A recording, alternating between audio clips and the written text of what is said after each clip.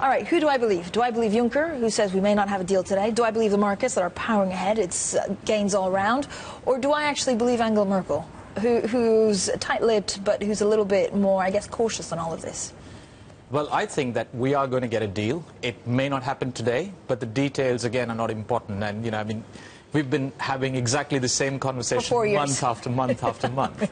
And I think I'm very optimistic. I'm relatively close to offering to eat my hat live on television if there isn't a deal of some kind or the other. I'm not doing that quite yet. Mark? It's hard.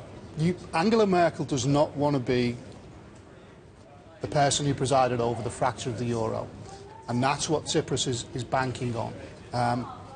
As Hans explained, it's not about the money. It's not about Germany losing €1 billion a year in the event of Greece leaving the euro. It's about the project itself being fatally wounded once it's proved that it's not irreversible. And it's a pretty good gamble. It's a pretty good gamble if you're the Greek Prime Minister. And guess what? It's paying off. Yeah. We're still having talks. They haven't cut the ropes yet. The ECB is continuing to fund what must be an insolvent banking system, given the outflows that have been reported.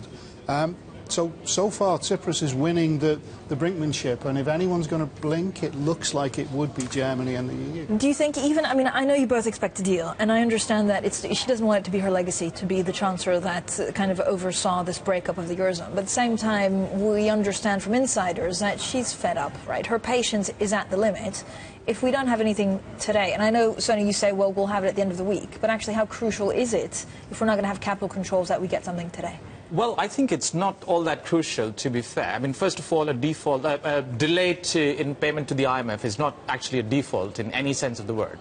And traditionally, the IMF has almost always given a 30-day grace period. And the reason that Christine Lagarde said that it may not happen is, again, putting pressure. So both sides are putting as much pressure as possible on each other. But at the same time, the ECB has gone from weekly to daily monitoring and extension of the ELA to give the sense of urgency. So basically, you sense the end game is nigh.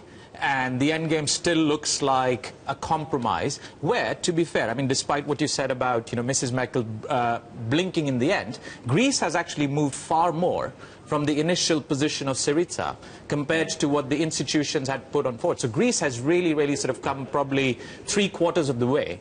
And even the EU is not so stupid so as to break up the Eurozone on the basis of 0.01% of EU GDP. That's the only difference that remains, 0.01% of EU GDP. And we are not going to see the collapse of the Eurozone over that piddling amount of money.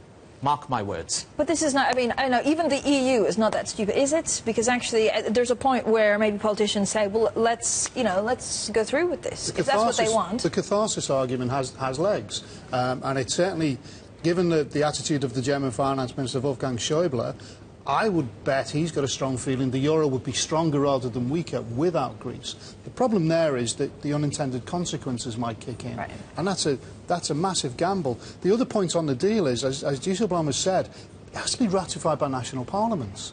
Someone has to actually write the cheque that goes to Greece if it wants to avoid not paying on June the 30th, and it won't have been ratified by national parliaments. You're going to see a lot of financial engineering at that point, because they'd rather not miss that payment, even if technically they could. It's going to be messy no matter what. Sonny, do you think that the markets are, all guns blazing today because they think that there will be a deal, or even if there's no deal, there's the ECB, so we'll get more QE?